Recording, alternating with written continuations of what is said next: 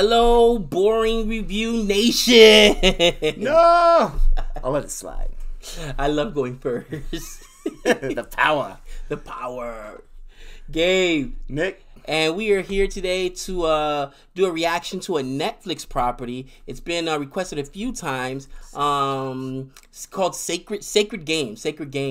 And, you know, for me, I think a lot of times some stories cannot be told in just even a 3 or 4 hour movie. You know what I mean? And I kind of think about, for instance, I just finished watching The Witcher, right? You can't tell that in one sitting. You just can't do it. Even if it was a 4 hour movie, you have to give it some more time.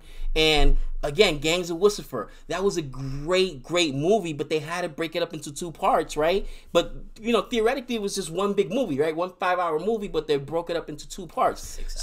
Or 6 hour movie, right? So, Sacred Games is on Netflix. I love it because I know, well, hopefully, I was going to say, I guess we should get it, right? Because sometimes they'll say, oh, it's on Amazon or on Netflix, but we won't get it here. No, it's definitely on Netflix. They've been requesting it. Our audience has been requesting this quite a bit. Okay. And they've been looking, they want us to actually watch the show and talk about it, which we can do within due time. But we just want to look at the first trailer for the first season.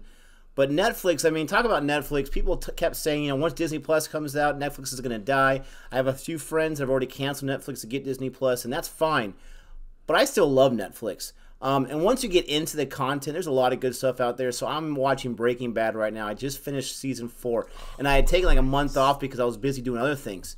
But I just finished season 4 with what happened to Gus, right?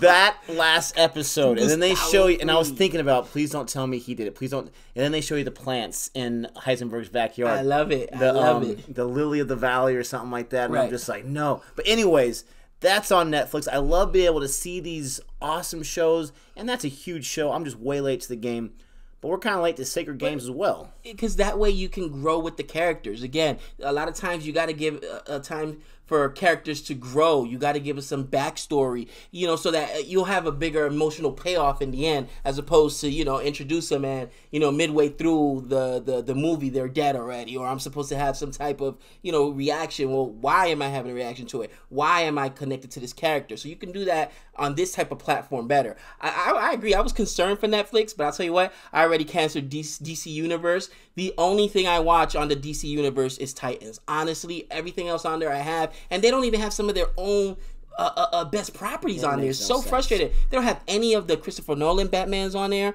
They don't have any of the new, like, Suicide Squad or even BVS. None of that stuff is on there. DC Universe app, what are you doing? Shame on you. But we digress. Let's get in to Sacred Games on Netflix.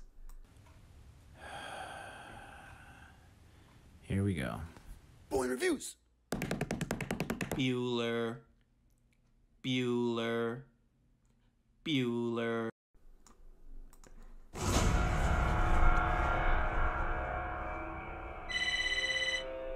कौन? सुनो ना, life बदलने वाला है तुम्हारा। 25 दिन है, बचा लेना अपने शहर को। उसने दुबई क्यों फोन किया?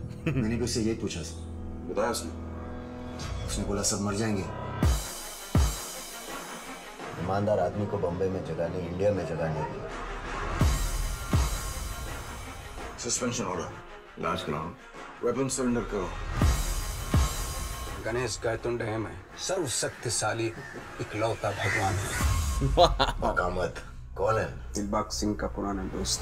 पापा जी को कैसे जानता है तू? यही तो खूबसूरती है इस शहर की साहिब, इधर कुछ भी हो सकता है।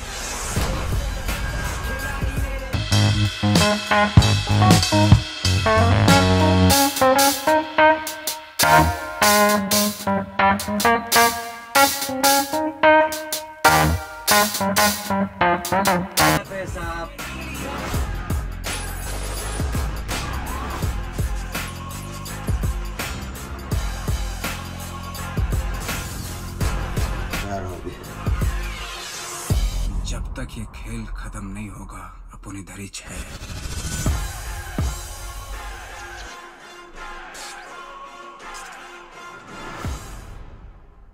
So, I mean, it just came out about a year and a half ago, first season. Didn't give us too much, obviously. Right. But Faisal, his last name, Gatenade, that's the same last name as the guy we're calling Gatorade from Drishyam. Right. How am I not going to root for him? Dude. I mean, the other guy, I don't know the other actor. I'm sure he's a fine actor. I'm sure he's a great character. But I'm already rooting for Faisal. Finally, he's coming over to the dark side. He's always been in the dark side, man. When has he not been in the dark side? I'm telling you, finally, you're coming over to the dark side. Because I always root for the villains. That's where City Queen lives, man. You know, here's the thing. Some guys can just play that character. And he's so like small in stature. Exactly. Too. He's not a menacing guy from the standpoint of he's got a lot of curve. It's just the look and his demeanor that you know. And in real life, you know, you could be walking down the street and see the guy and say, yeah, I'm going to cross the street. Because those people, you see them in real life. You can see whatever it is, the aura they're giving off them. And he does that very, very well. I'm wondering if he's typecasted now as, like, you know, Bollywood's bad guy. Because, I mean, who can I think of that plays a lot of good, bad roles here? Well, think about it. Denzel Washington played the good guy in so many films, right? And then he did Training Day, and he was a bad guy then. Obviously, Glory before that, he was an annoying character. But usually he was a good guy, but when he plays a bad guy, he's so good at that, too. Tom Hanks is, you know, always the good guy, it seems to think. Right. You're talking about walking down the street, go to the other side. I see this Faisal guy more like I'm on his side walking towards him, but the more I look at him, the more I start to go this way, slowly, like, oh, no, I'm going to mess with the big old guy from Friday. What was that guy's name? Debo. I'll rather take him on than Faisal. You know, it's funny because Netflix has a cool thing now where and I'm not sure if it's just now, but I didn't realize this since I was going to Virginia for the holidays. I downloaded all the Wickers on there, and that's how I was able to watch it on the plane. So I like that because even if you don't have Wi-Fi, you can always just watch it on your phone. That's awesome. And again, I'm sorry, I don't think Netflix is going anywhere, man. They killed Blockbuster, and they literally come on. Well, Redbox helped out too. They killed Blockbuster, and I tell you what, people were saying, "Oh no, Disney Plus and the DC Universe is the streaming wars are gonna kill Netflix."